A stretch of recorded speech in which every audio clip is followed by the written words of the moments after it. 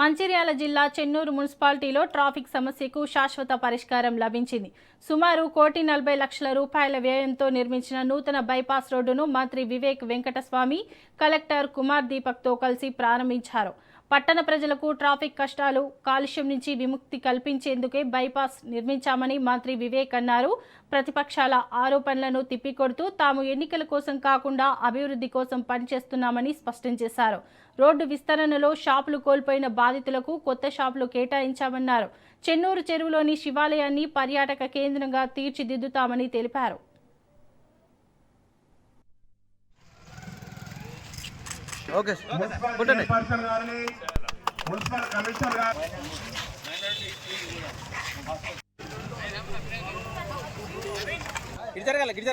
ఇవన్నీ రాజకీయాలు ఆడేది ఉంటే వేరేగా పాలిటిక్స్ గెలుచుడు ఓడిపోవడం ఉంటుంది, కానీ మీరు పిల్లలతోనే రాజకీయాలు చేయకండి.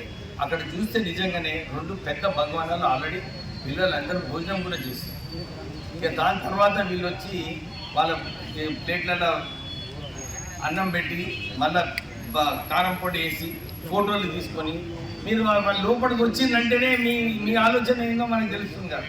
దురదృష్ట ఆలోచన, ఎట్లా ఎమ్మెల్యేని బద్నాం చేయాలి, ఎట్లా మినిస్టర్ని బద్నాం చేయాలని చెప్పి వాళ్ళు కంకణం కొట్టుకున్నారు. ప్రజలకు అందరూ కూడా నేను ఇది అప్పీల్ చేస్తున్నాను. ఈ తప్పుదారులు తప్పుడు ప్రచారాలు ఏదైతే చేస్తుందో, నిజంగా మేము ఎమ్మెల్యేగా, ఎంపీ, మా మంత్రిగా ఇక్కడ అభివృద్ధి కార్యక్రమాలు తీసుకోవటం లేదు. ఇక్కడ వారానికి 2 రోజులు రావటం లేదు. ఇంతకుముందు ఎమ్మెల్యే గారు సంవత్సరానికి 2-3 సార్లు వస్తుండే, ఇప్పుడు ఎమ్మెల్యే గారు 2 రోజులు వస్తున్నాడు వారానికి అని. ఇవన్నీ కూడా